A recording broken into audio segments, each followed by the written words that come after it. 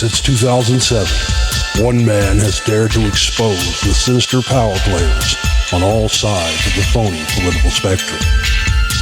Armed with over 30 years of research knowledge of the paranormal, government conspiracies, geopolitics, secret and ancient societies, the esoteric arts, and much more.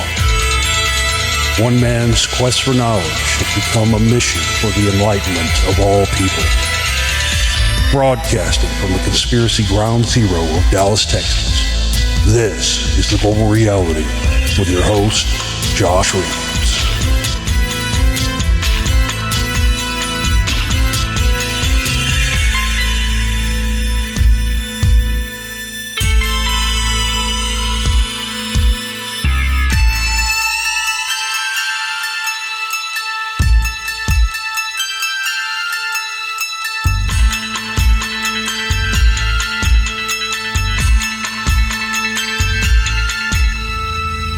Welcome, ladies and gentlemen, to another edition of the broadcast. I'm your host, Josh Reeves. It is Sunday, December 1st, 2019.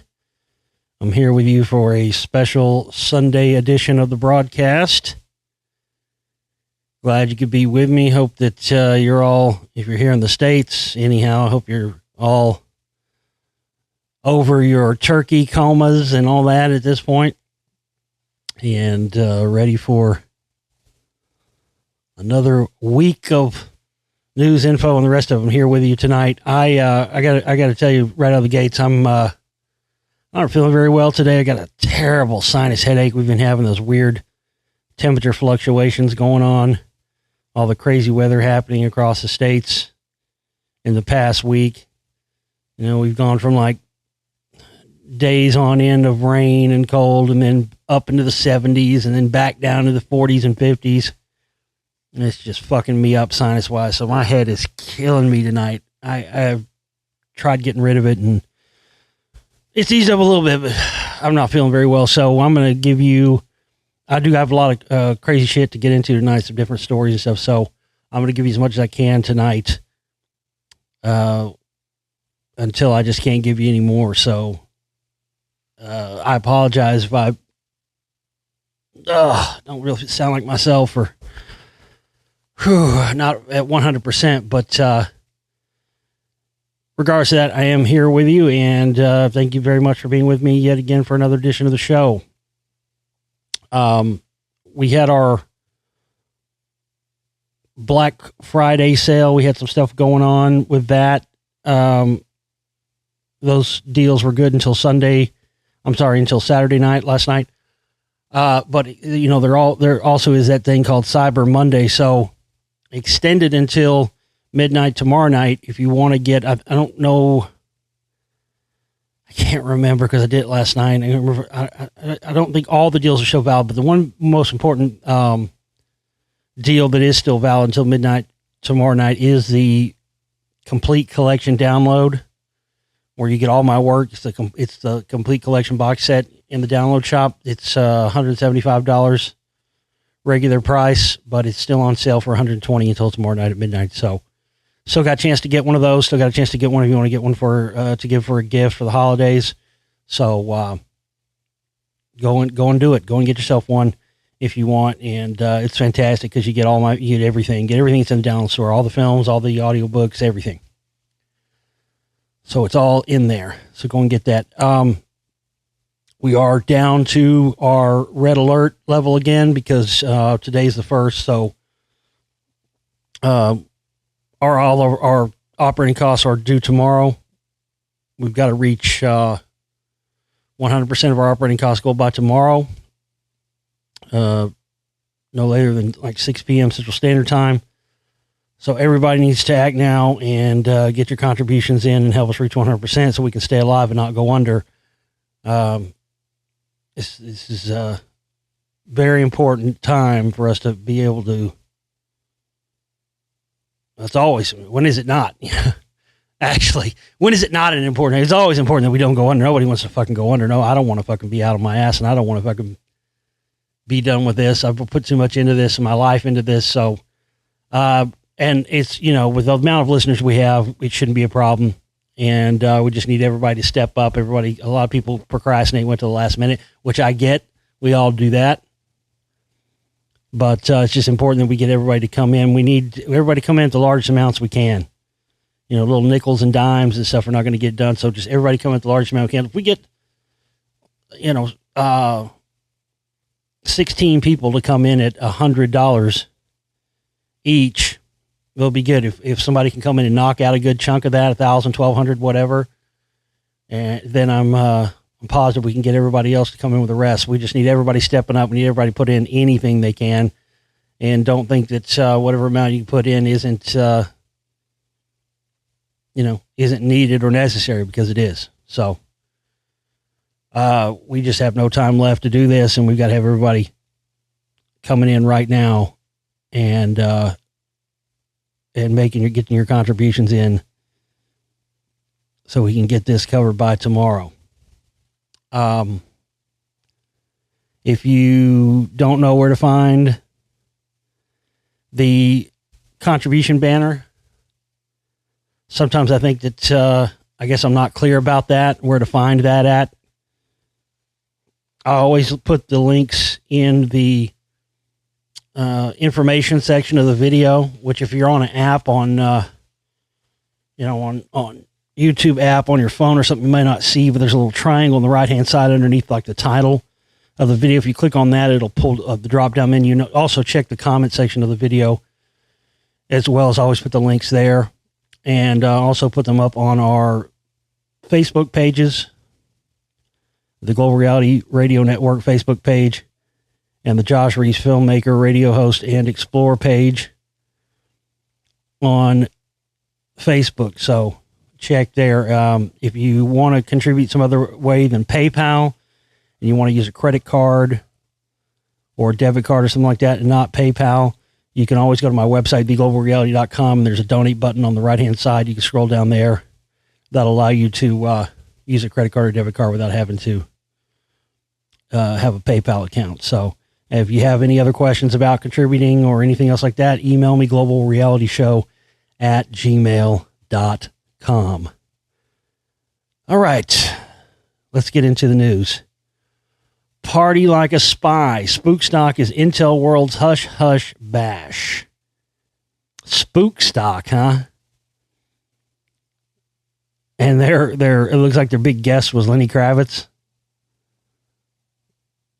Oh, that makes a lot of sense.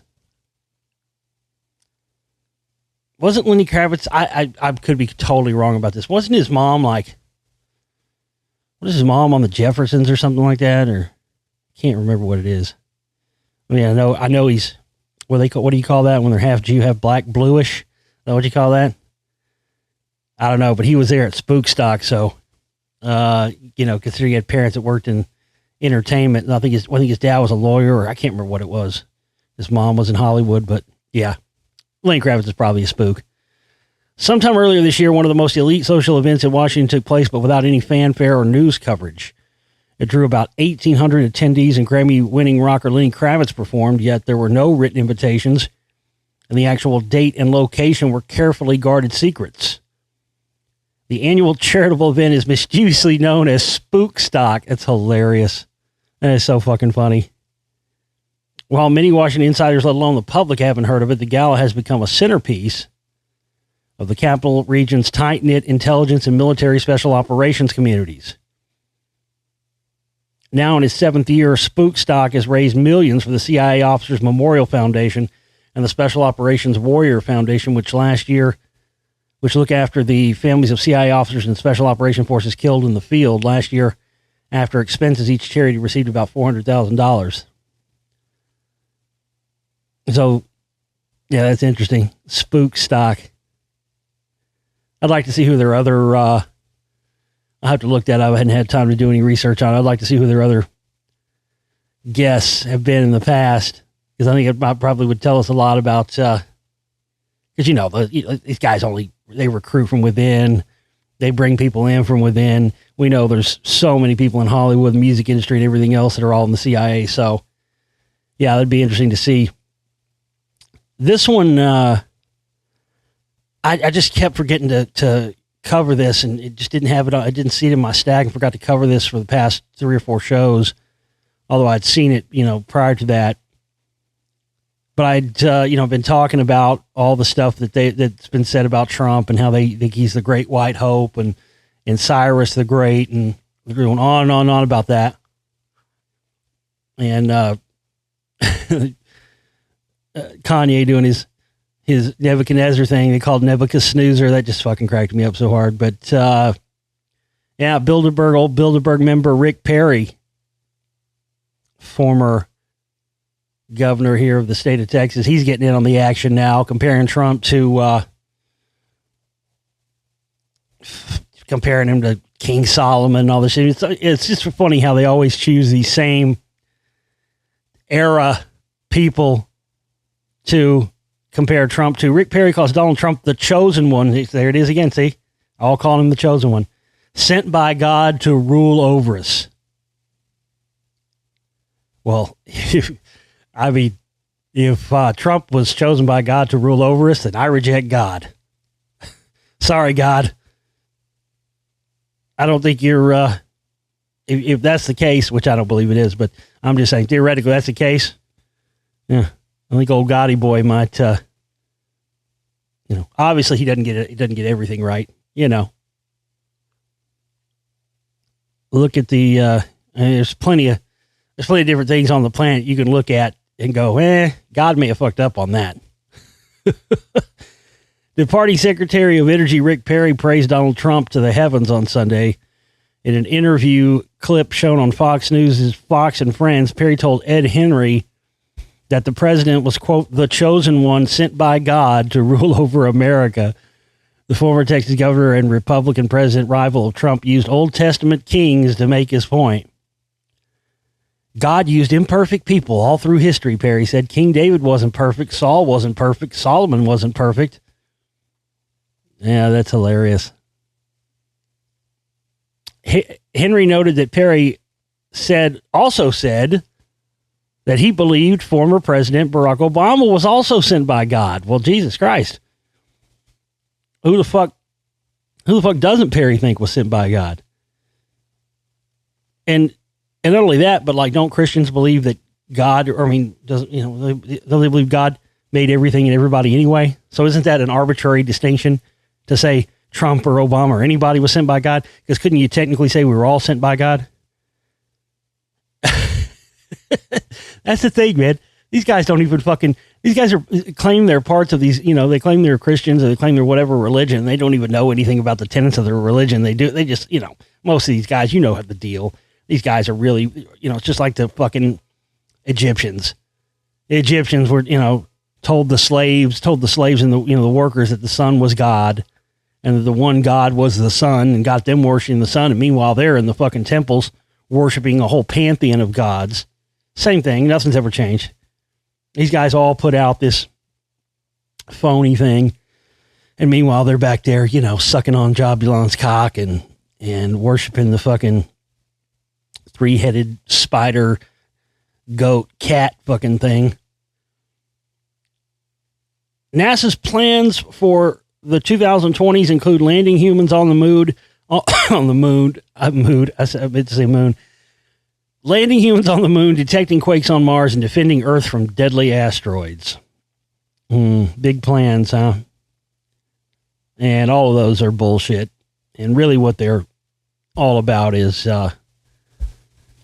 getting funding to stage their alien invasion scenario and the rest of it. NASA's plans for the next decade involve billions of dollars and spans millions of miles, and much like the universe, it's only expanding. But I love how they slide that's the real key right there of the whole thing in that headline is, landing humans on the moon. Okay, whatever. Detecting quakes on Mars. Okay, whatever. Defending Earth from deadly asteroids. That's the key. Because remember, that's part of the von Braun thing. First, the threat's going to be communism, then terrorism, third world crazies, then asteroids, and then the final card will be the alien invasion threat, which they're going to tell us that non-hostile aliens that are actually coming here to help us want to invade us, and we need to weaponize space to destroy them. So, never a straight answer. Old NASA. And here we go. Here's yet another one. Right along those same lines. Secret weapon. How AI will help America win a war in space. Boy, I just see, talk about the great white hope. Talk about the great savior. At every turn now, it seems almost every article, every day there are articles coming out about how AI, you got some saying AI is going to destroy us all. You got other ones coming out saying AI is going to save us. But it's interesting how all of a sudden AI has become kind of like God and the devil in one, hasn't it? It's kind of become the alpha and the omega as far as technology goes. It's crazy. So now they're saying this is how we're going to win the space wars through AI. If a Russian or Chinese anti-satellite weapon streamed into space and exploded U.S. military satellites, friendly forces would instantly become very vulnerable to significant and extremely destructive enemy attacks. Space-based infrared missile detection could be destroyed. GPS communication could be knocked out. Guided weapons could jam and derail before hitting their targets. And war-critical command and control could simply be taken out. Any, all, or part of this could happen in as little as 10 to 15 minutes once a satellite attacking missile is launched from the ground. Lives will hang in the balance as alerts are sent through U.S. command and control, and decision makers scramble to determine the best countermeasure with which to protect its space assets. Space war is no longer a distant prospect to envision years down the road. It's here. Well, yeah, and I would argue it's been here for many years. Just like any of these other things, just like chemtrails and all this stuff has been here. All of a sudden they're talking about geoengineering, to fight global warming and climate change. They've been doing that for years. Really, whenever they start admitting to stuff they've already been doing for years, because they want to start getting public funding for that. Because I've talked about this before. Black op budgets, when they have black op budget, there's a limit, just like any budget they have. And you can actually go and look on actual Department of Defense documents and stuff they release every year on this. That's not a terminology, like a conspiracy term. If you actually go and look at their official documents, it actually says black budget projects on their thing. That's what they call the top secret stuff. But just like any of their projects or anything, there's only a certain amount of money that is set aside each year for these projects. So what they have to do is they have more and more come that they want to classify and use for black budgets. They have to eventually make some of those unblack budget, put them on the official budget things to get, and then that's why they do news stories, and that's why they try to, sell people on the idea and start telling people this stuff. Oh, this is why we need the rail gun, or oh, this is why we need atmospheric, tropospheric aerosol spraying. They've been doing it for decades. But that's why. Same thing now with space-based weapons and the whole space war thing. It's been going on for years. It's been on black budget stuff for decades. But as they're getting more secret projects in and they need more money allocated for other black projects, they have to start putting projects that have been on the blacklist for many years into the actual public knowledge so they can get funding for them. And that's what they're doing now with all this. And I think that's part of why they're eventually and why they are now actually trying to sell us on the idea of space-based weapons to combat asteroids and space rocks and all this stuff. Recognizing the seriousness of this vulnerability, the Pentagon, U.S. Space Command, Missile Defense Agency, and industry are moving quickly to integrate machine learning and AI into space-based systems and technology. See, there you go. The intention is to, of course, accelerate threat detection and get crucial information to decision makers. When a launch is detected, a space-based alert signal sends something down to command and control, which goes to the Air Force. It is then evaluated by computers. An alert is sent through the ballistic missile defense system. A mathematical formula determines its speed, trajectory, and where it will hit or land. A Missile Defense Agency official told Warrior, whatever that is. In addition to destroying an ASAT weapon, defenders need rapid access to vast pools of information. Okay, so this is exactly what I said. This is exactly why they're now, and listen to who's in on this. In order to destroy an ASAT weapon, defenders need rapid access to vast pools of information, according to retired Lieutenant General Christopher Bogdan, Senior Vice President Aerospace Business at Booz Allen Hamilton. Booz Allen Hamilton, yeah, another one of the CIA spook outsourcers. This is exactly what I said it was. You know, they've got to start, now that AI is public and you've got, you know, public companies working on this, they've got to start getting this stuff off the black budgets and on the public budgets, and then justify the spending for that to the people and get the American people and the taxpayers behind it. And that is exactly what they're doing. I'm sorry, I'm moving real fast tonight because, like I said, I got this sinus headache, man. And so I'm blowing through these tonight.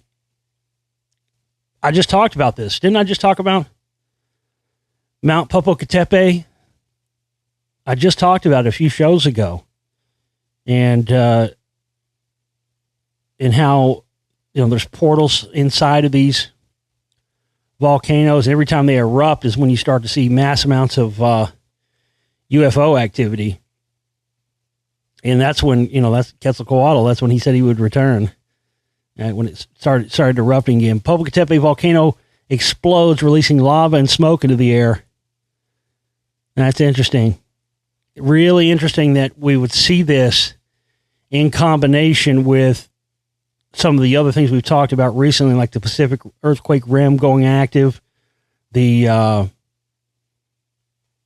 well as the Yellowstone caldera, hundreds and hundreds of earthquakes recently, and then also to start having these volcanoes erupting all at the same time.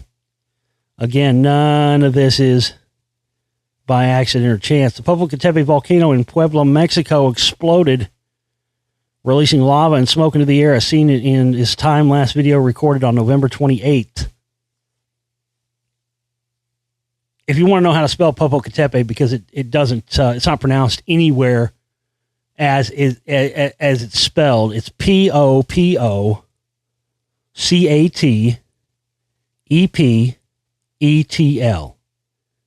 That's Popocatepetl.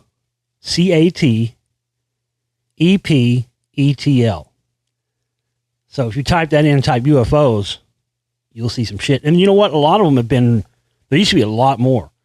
There used to be way more videos, and I went and looked the other day, and there are tons that have been scrubbed from the internet. There used to be a lot.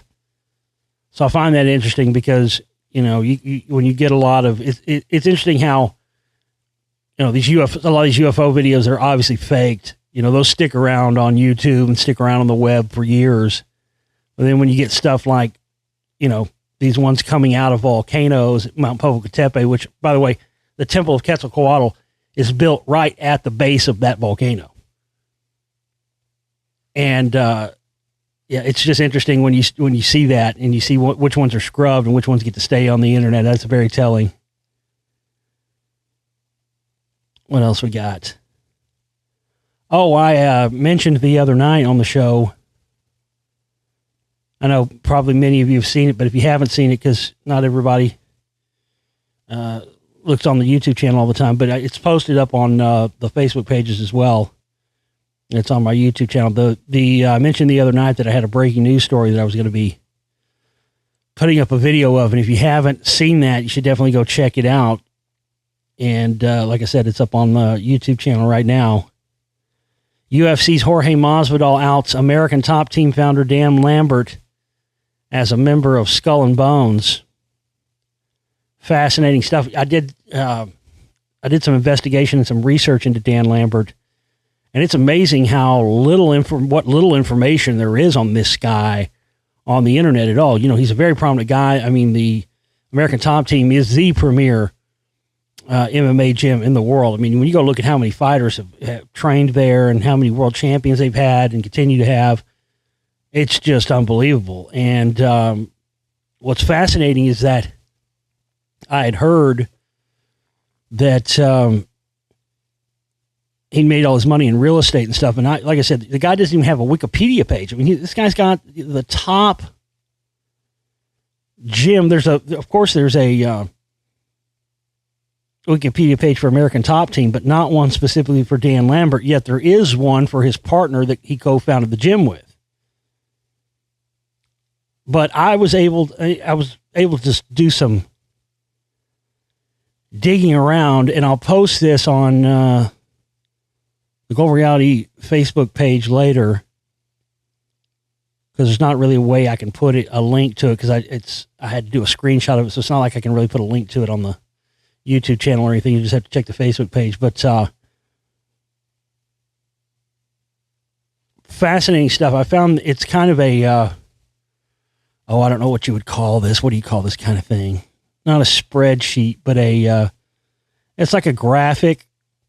You know those graphics that have lines where they connect all these things together? Well, I found this interesting graphic, and I found this by doing searches under his name, and specifically in that part of Florida where he's from. And what I found was very interesting, because I mentioned in that video, you know, I mean, everybody knows, anybody that's a researcher knows that Florida has been a hotbed of CIA activity, even going back to the 50s. I mean, going back, and we talked about the Irishman the other night, and there was that part in there with David Ferry and E. Howard Hunt and stuff, and you're in Florida doing the Bay of Pigs thing. Scientology as well. You've got Scientology's got their headquarters there in Florida. The CIA's been running shell companies and front companies out of Florida going back to the Bay of Pigs area and on into the modern day. People always say, why is Florida so weird? Well, Florida's so weird because of that fucking state is it's a spook factory. But what I found on Dan Lambert is very fascinating. I had heard that he had made his money, because you can't find any information online about how this guy made his money, which is a big red flag when you're looking into anybody, because most of this stuff is publicly available information you can find, especially tax records, all this stuff. But I found this thing that has, it's got Dan Lambert's name, and then all these lines that connect to these things. I don't even know how many there are. Let me say 1, 2, 3, 4, 5, 6, 7, 8, 9, 10, 11, 12, 13, 14, 15, 16, 17, 18, 19, 20, 1, 2, 3, 24, 25, 26, 27, 28, 29, 30, 31, 32, 33, 34, 35, 36, 37, 38, about 40. 40 different companies that all appear to be like shell companies. And I'll give you the names of some of these. Plaza Resorts Incorporated, 6 West Building Corporation, Merritt Island Development LLC, Pinnacle Resorts Holding Company, Resort Marketing Holdings Incorporated, Florida Marketing Partners Incorporated, Welcome Center of Florida Incorporated, Absolute Fighting Championship Incorporated, JVDI Ventures LLC, Vacation Ownership Marketing Tours Incorporated, Orlando Welcome Center at Splendid China Incorporated. That's just a weird name. Lambert Holding Company Incorporated. I mean, this is just from somebody who's been doing research into shell companies, CI front organizations, companies that are used as fronts to bring in money for CIA operations. This reeks to high heaven.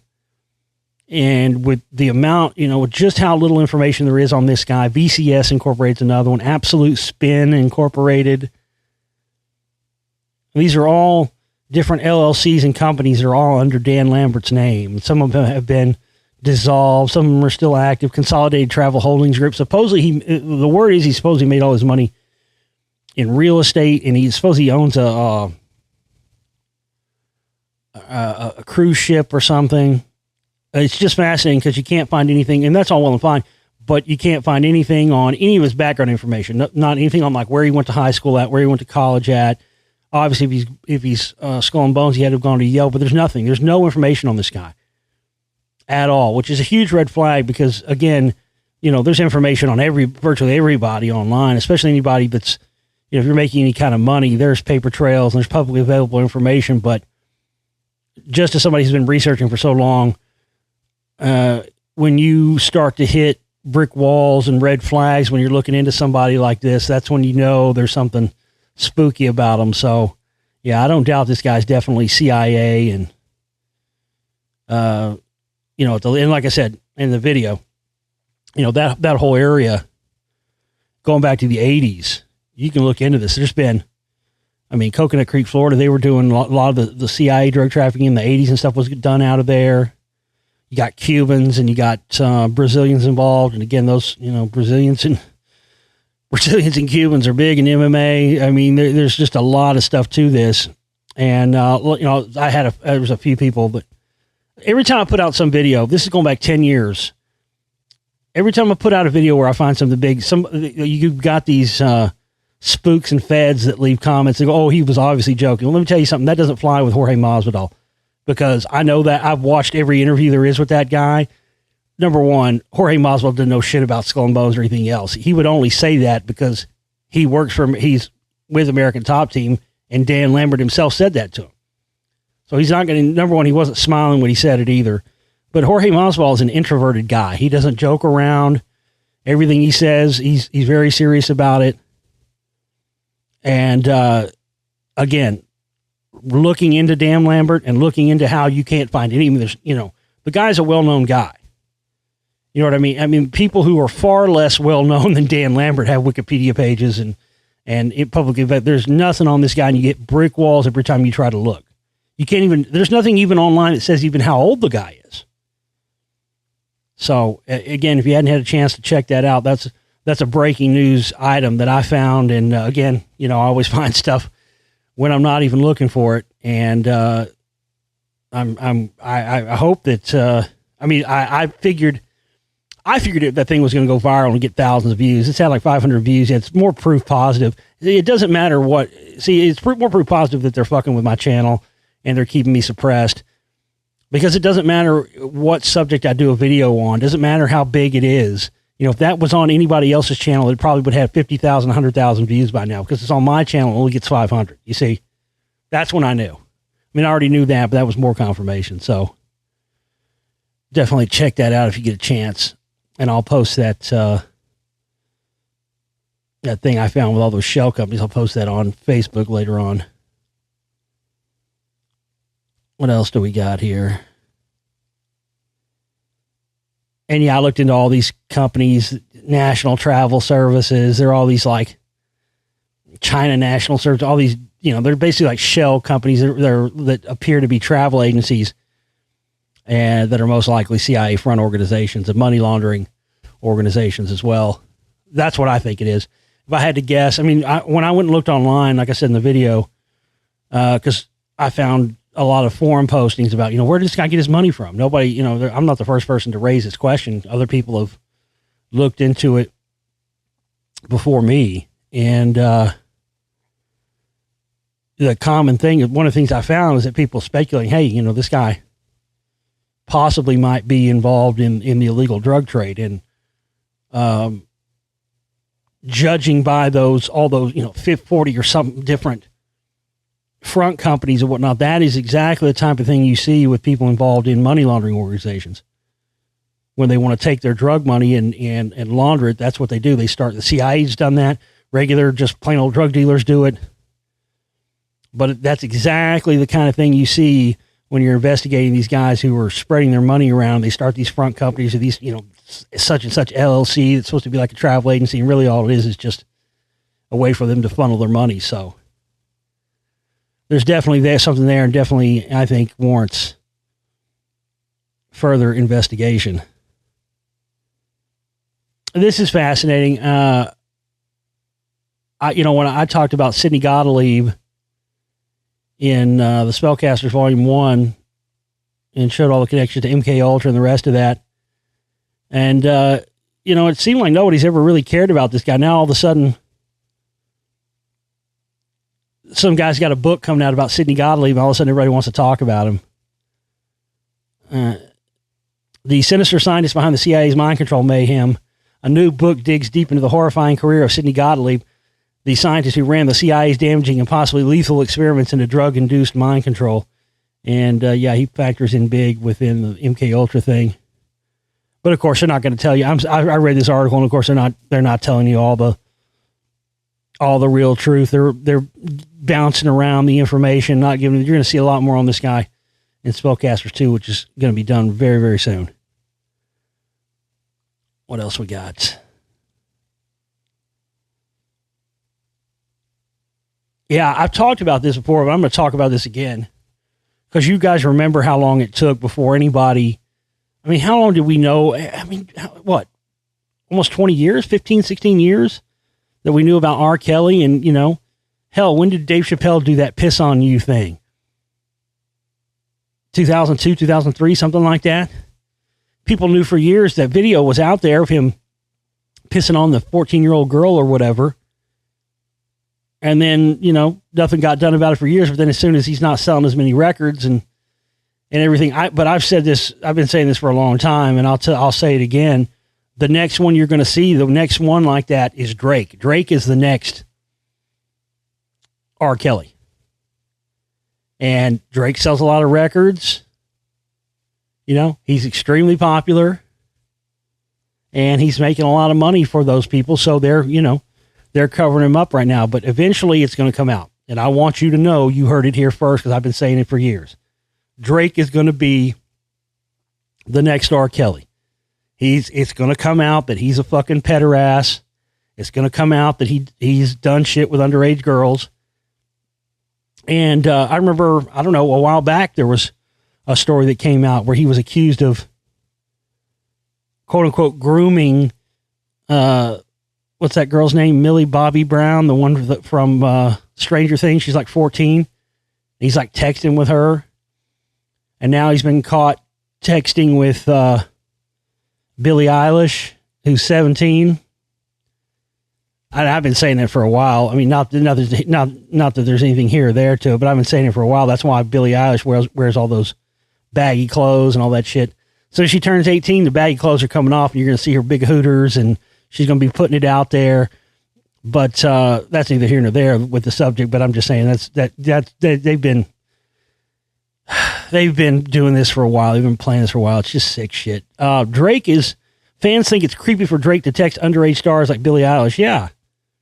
Look, he's got a history of this, man. I'm telling you, everybody's giving this dude a pass right now. They're doing just like R. Kelly. Everybody knows, but nobody wants to say anything because he's popular. People love his music.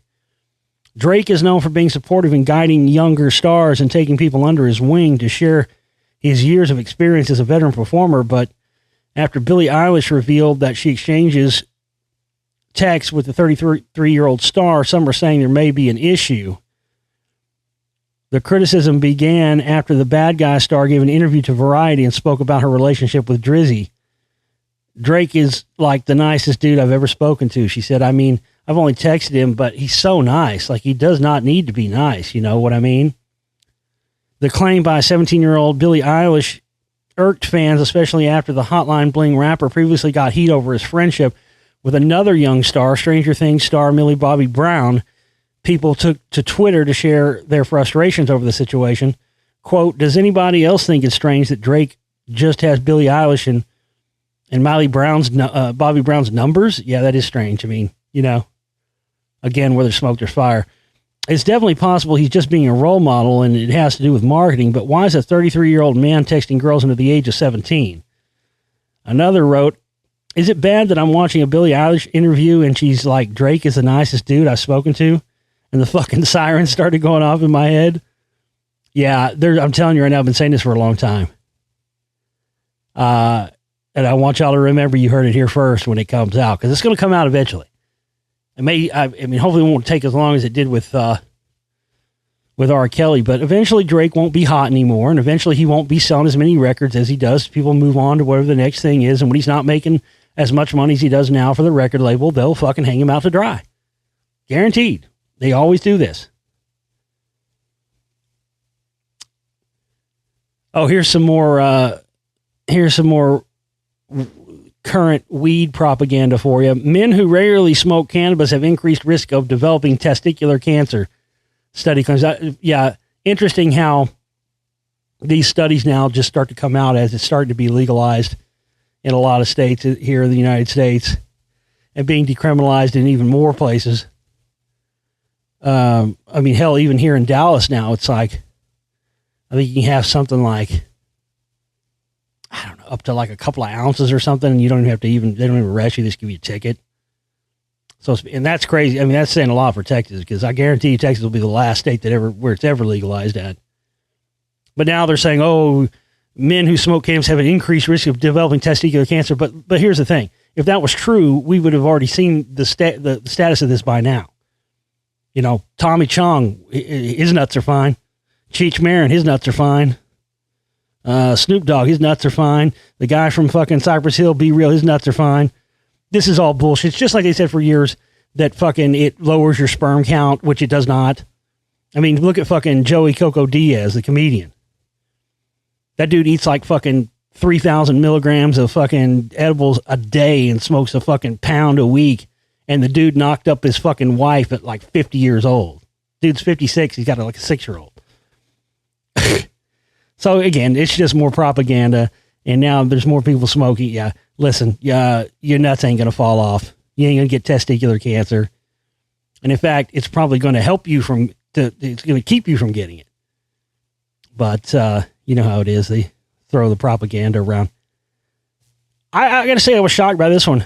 And I don't know, I guess maybe because it's accepted now and everyone's cool with the whole gender bender thing. I thought this would have been more acceptable in the 70s, you know, but I don't know. It's weird that it's just now coming out. I got to say, I didn't see this coming. Lando, Billy D. Williams, Star Wars icon Billy D. Williams comes out as gender fluid in a new interview. I see myself as feminine and well as masculine. Well, yeah, but what does that mean? What is he saying here? You know, is this clickbait or well, no, I guess it isn't. The 18-year-old actor revealed in an interview with Esquire that he uses both himself and herself. Okay. Because, I mean, you know, you could make listen, I mean, everybody has a feminine side and a masculine side. It's just male or female, it doesn't matter. Everybody has that. But it's that, what, you know, based on your gender, whatever that particular element's going to come out more in certain people. But I guess he's really identifying himself as male and female. I mean, he's 82 years old. He could be losing his fucking marbles. I don't know. I never saw Billy D. Williams as very feminine, but I don't know. It's just weird. I think maybe I don't know. Because when you read this, it kind of seems like maybe he was not using the right terminology. It says Billy D opened up about his comfortable feelings on gender. You see, I say himself and herself because I also see myself as feminine as well as masculine. I'm a very soft person. I'm not afraid to show that side of myself. Okay. Well, yeah, that's what I'm talking about. I mean, you can be a soft person and not be afraid to show and not necessarily be a hermaphrodite or male and female at the same time. I don't know. It just seems, I don't know. Because it seems like it's just everybody's kind of ready to jump all over this. And, you know, I don't know. I don't think that expressing a feminine side of yourself necessarily means that you're gender binary or whatever. I don't know. Something about this is just weird. Miller then brought up a SiriusXM interview where Donald Glover gave about playing a younger version of Lando Calrissian, in which he described the character as pansexual. Really? That kid is brilliant. Just look at those videos, he said, referring to Childish Gambino's This Is America music video. So which one is it? You know, is Lando pansexual or is the guy that plays Lando? It's just confusing. It's just weird. And considering that there's a new Star Wars movie coming out in a few weeks that Billy D. Williams is in, this just reeks of publicity stunt to me. Because he's kind of being vague about this thing. Highly contagious urine forces a movie theater to evacuate. What? Highly contagious urine? Moviegoers at a showing of Frozen 2 had a whole other adventure Friday when a misdelivered package forced the theater to evacuate. What? A misdelivered package? How could you misdeliver toxic piss to a fucking movie theater? The package marked highly contagious human substance contained urine samples meant for a Tacoma medical clinic about 40 miles away. It's not clear how it ended up outside the North Bend Theater east of Seattle. Well, they're legal up there in Seattle, and it was Friday. It was Black Friday, yeah. Probably some poor fucking delivery guy that's fucking hiring an astronaut's cock. Oh, fuck it, man. Leave it here. Someone found the package at 5:15 p.m. and opened it, discovering the dire warning and prompting a hazardous material response by firefighters. Toxic piss. This is like some Trailer Park Boy shit right here, straight up.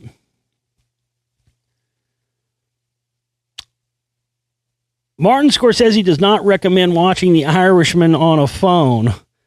A big iPad, maybe. Yeah, he's been... he's kind of been given getting some flack because he came out not too long ago against the Marvel movies and caused a big controversy by saying that the Marvel movies aren't real filmmaking. That's not real cinema and all the rest of that. And I happen to like the Marvel movies. I mean, I see the agendas in them. Of course, it's not hard to. Anybody that knows anything about any of this stuff can see the agendas in them, but they're still good entertainment. But I don't know. I don't know if I see his point. I see his point, especially when you have so much of everything being CGI in those films. But at the same time, he used that same sort of CGI technology in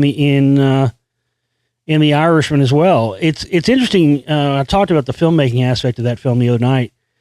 One of the things I didn't talk about was how it's interesting that film's a hybrid film. Well, this is another part of the filmmaking element of The Irishman that I thought was fascinating, is that it's a hybrid film in terms of it was shot on 35 millimeter film, and it was shot with one of those red helium cameras that shoot in 8K that you do digital stuff. And so all of the de-aging stuff that they did in the film, where they de-age De Niro and Pesci and all of them, all of those shots were done digitally with a digital 8K.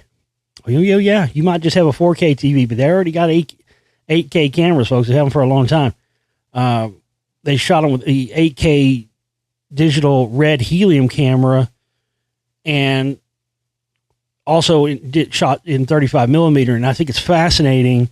I don't think I've ever seen it done as well, where it's seamless. I mean, when you watch the movie, it's totally seamless. To me, the whole thing looks like it was shot on film, but the fact that they were able to shoot some things like that, they shot some things digitally, some on film, and then made it look seamless when you watch it, is pretty interesting. But my point is that, I don't know. I see his point, saying the Marvel stuff isn't real cinema and stuff. And certainly if you put them up against Martin Scorsese films, I mean, obviously they're not even in the same fucking ballpark, but he's doing the same, he's using the same tricks and the same technology and stuff they are. So, I don't know. I know there's purists, and I think there's a place for everything. As long as it's good, it doesn't matter. That's always been my take. There's people do that in music too and stuff, as long as it's good, if it's entertaining and you dig it, who's to say that, cinema and movies are only one thing and they'll have to be done this way. And if you do it a different way, that's not real movie making. That's kind of old fuddy-duddy talk to me, but I do agree with this. And that's why I don't make my movies. When I put my movies up, I put them in full HD, and you're going to have to download them onto your computer, download them onto, with the exception of like some of the presentations, like the Mystery Hollywood presentation I made, that's small enough you can download that onto your phone or an iPad and watch it.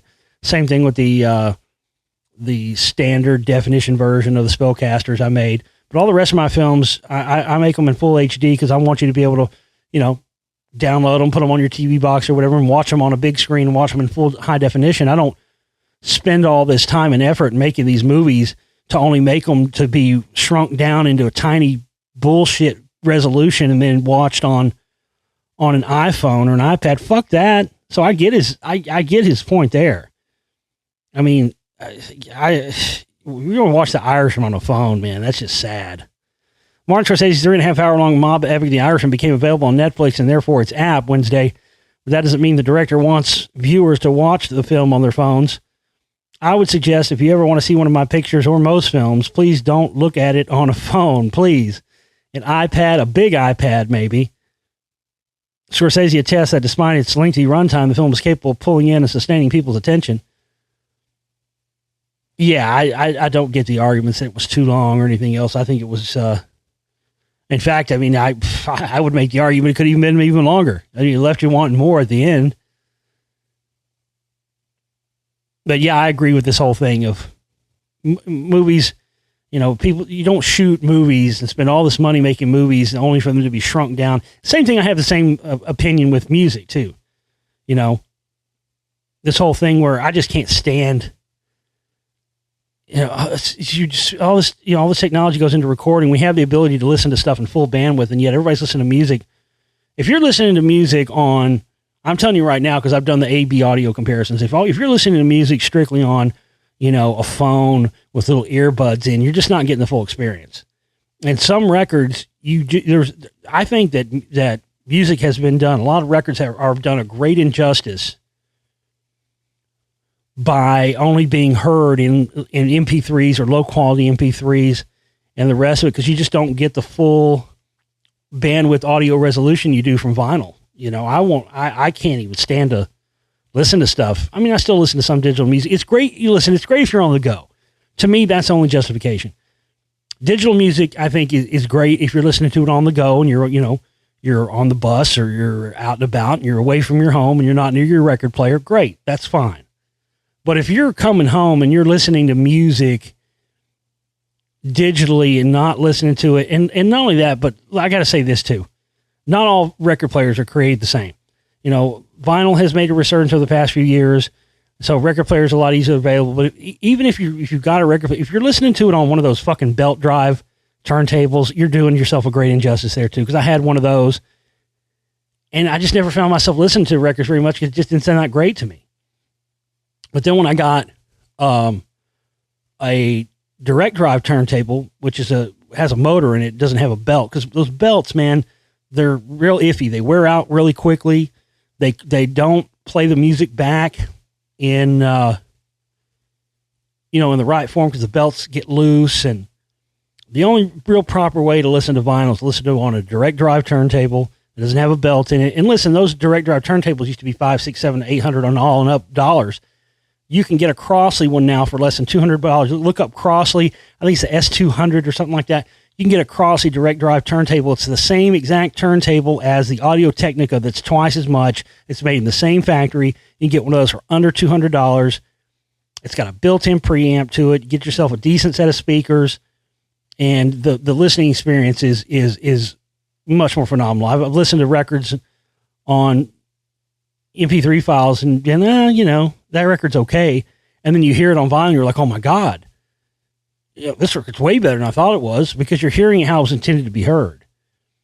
And there's much more, you're getting much more of the frequency spectrum, and you're not getting any audio compression when you're listening to a full bandwidth recording when you listen to an LP, although there still are sound limitations to a vinyl record, but that's all going away as soon as HD vinyl comes out. They've got a new process they're going to be coming out with where it's a new stamp, because even with vinyls, like, they're all done with a stamper, and depending on where, and they degrade over time. So sometimes you can buy a record, and if you get one that was pressed towards the end of the end of the life cycle of the pressing plate, it won't sound as good. And then you'll get other ones that are pressed way up towards the front. They sound amazing, but with with HD vinyl, not only can you put more audio on it, you get the full spectrum. There's no reduction in sound quality.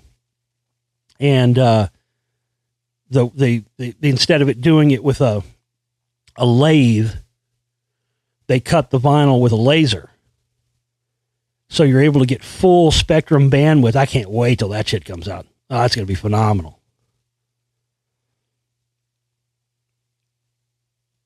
What else we got? World first cell phone detection cameras rolled out in Australia. Oh, so they're going to be able to, cops are going to be able to tell if you're using a phone in a car now or something? That's interesting. The Australian state of New South Wales rolled out high-definition detection cameras on Sunday, designed to catch drivers using cell phones behind the wheel. Wow. I thought we would have got that here first. Usually, though, it's Australia or England.